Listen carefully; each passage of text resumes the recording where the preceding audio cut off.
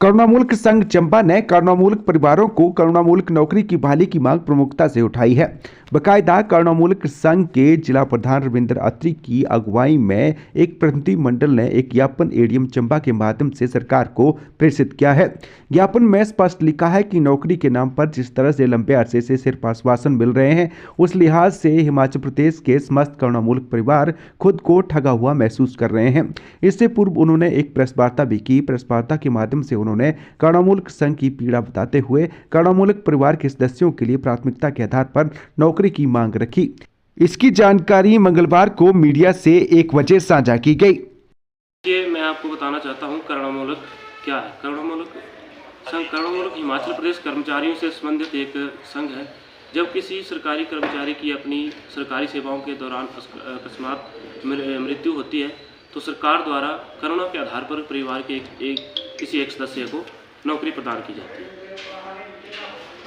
देखिए, बहुत ही लंबे समय से 432 दिनों का हमने क्रमिक अनशन जो है शिमला स्थित कालीबाड़ी मंदिर के वर्षा शालिका में 432 दिनों का एक लंबा संघर्ष किया। पूर्व की भाजपा सरकार में हमने बहुत सी ऋतुओं का, बहुत से मौसमों का सामना किया है।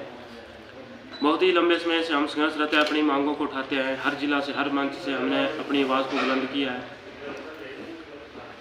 तो अभी वर्तमान की सरकार से हमने ये गुहार लगाई है कि कब तक करुणामूलक नौकरियों को जो है बहाल किया जाए। 15-20 सालों से जो हमारे भाई नौकरी का इंतज़ार कर रहे हैं। कईयों की जो आयु सीमा जो है वो ख़त्म होती जा रही है, वो मतलब उसके लिए योग्य नहीं रह रहे हैं। तो कुछ एक साथी तो हमारे अपने दिवंगत पिता की नौकरी का इंतज़ार करते करते खुद ही दिवंगत हो चुके हैं। मैं नाम लेना चाहूँगा, जैसे कि हमारे साथी बिलासपुर से विकास कुमार जी, वो अपने पिता की नौकरी का इंतज़ार करते करते खुद उनकी मृत्यु हो चुकी है। एक हमारे साथी रोडू से थे, सोनू जी, उनकी भी मृत्यु हो चुकी है। देखिए, एक तो उन्होंने एक अपने पिता को खोया था, दूसरी तरफ से उस माँ पर क्या बीत रही होगी जिसने एक तरफ अपने पति को, दूसरी तरफ अपने पुत्र को खोया है, तो उस परिवार पे क्या बीत रही होगी। तो बहुत ही लंबे समय से हम जो है वर्तमान की सरकार, माननीय मुख्यमंत्री जी के साथ भी कई बार हमारी वार्तालाप हो चुका है। तो उनका यही कहना है कि आपके बारे में हम कर रहे हैं, सोच रहे हैं, हो रहा है। देखिए, हम भी एक परिवार है, हमने एक अपने पिता को खोया है। बहुत ही उनका बस यही कहना, मुझे तो ऐसा लग रहा है कि हम जो करुणामूलक परिवार है वो ठगा सा महसूस कर रहे हैं। जब कांग्रेस सरकार विपक्ष में थी तो उन्होंने हमारे लिए हर मंच से, हर जगह से आवाज़ जो है बुलंद की थी। अभी जो वर्तमान में हिमाचल प्रदेश के उप मुख्यमंत्री हैं, उन्होंने हर मंच से हमारे लिए आवाज़ उठाई थी कि सरकार बनने के पश्चात जो है 6 माह के भीतर आपको जो बिना किसी शर्त के नौकरी प्रदान की जाएगी। अब वो कहीं नजर ही नहीं आ रहा। अब उनका कोई अता पता नहीं, ना वो करुणामूलक विषय में कोई बात करते हैं, ना ही उनका कोई उसके ऊपर रिएक्शन है। तो हम कहाँ और किसके पास अपनी व्यथा जाकर सुने। मुख्यमंत्री जी का ये कहना है कि आपके लिए कमेटी गठित कर दी गई, जिसकी अध्यक्षता शिक्षा मंत्री श्री रोहित ठाकुर जी के द्वारा की जा रही है। वो भी हमें तारीख पे तारीख देते हुए जा रहे हैं कि मतलब आज ऐसा नहीं, ऐसा होगा, कल होगा, आज होगा। तो जब किसी प्रतिनिधि की मृत्यु होती है तो 6 माह के भीतर जो भी है इलेक्शन करवा दिया जाता है। उनके लिए तुरंत जो प्रावधान है, तो उस कर्मचारी की क्या मतलब गलती है कि अपनी सेवाओं के दौरान जो वो भी सरकार की सेवा के दौरान ही उसकी मृत्यु हुई है, तो उसको क्यों 15-20 साल लग रहे हैं, क्यों लटकाया जा रहा है उसको इतना इंतजार क्यों करना पड़ रहा है। अब मैं बात करूंगा जो हमारे ऊपर इन्होंने एक मतलब पॉलिसी है वो की हुई है 62,500 कर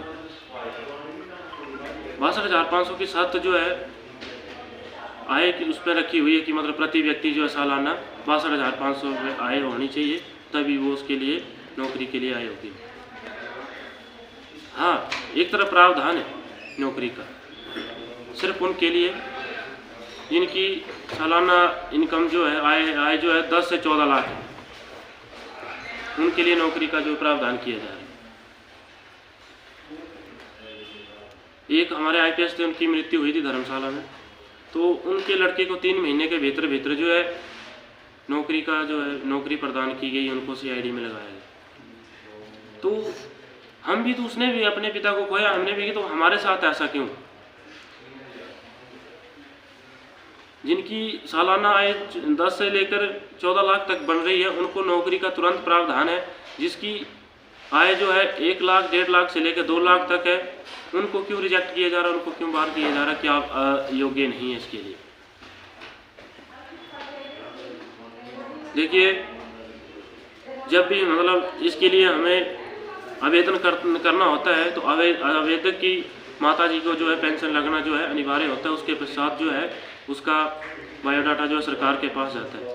तो उनको तो अभी तक पेंशन तक भी नहीं लगी थी, और बिना पेंशन की आय जो थी अन्य सोर्सों से जो आय बन रही थी, तो 10 से 14 लाख बन रही थी, उनको जो नौकरी का प्रावधान किया गया। तो इसलिए हमारा यही कहना है कि करोड़ों मूर्ख परिवार जो एक ठगा सा महसूस कर रहे हैं। हमने हर जिला से, हर मन से जो है अपनी आवाज़ को बुलंद की है। ज़रूरत पड़ी तो शायद हमें सड़कों पर भी उतरना पड़ेगा, क्योंकि हमें बहुत से लंबा समय हो गया संघर्ष करते हुए। 2.5 साल जो है सरकार को बने हुए हो चुके हैं, पर उसके ऊपर अभी तक उनका कोई भी रिएक्शन नहीं है। हाँ, बस उनका ये कहना कि आपके लिए कमेटी का जो गठन कर दिया गया है, जिसकी अध्यक्षता शिक्षा मंत्री श्री रोहित ठाकुर जी कर रहे हैं। उनके साथ में यादविंद्र गोमा जी और राजेश धर्माणी जी, जो कि मंत्री है हिमाचल सरकार में। तो मेरा सरकार से यही निवेदन है कि तुरंत जल्द से जल्द जो है करोड़ों मूलक नौकरियों का जो है प्रावधान किया जाए। मेरा तो ये मानना है कि जब किसी अन्य भविष्य में अगर किसी कर्मचारी की मृत्यु होती है, तो उसको 6 माह के भीतर जो है नौकरी का प्रावधान किया जाए, ताकि उसको दर की ठोकरें ना खानी पड़े और लंबे समय का इंतजार ना करना पड़े।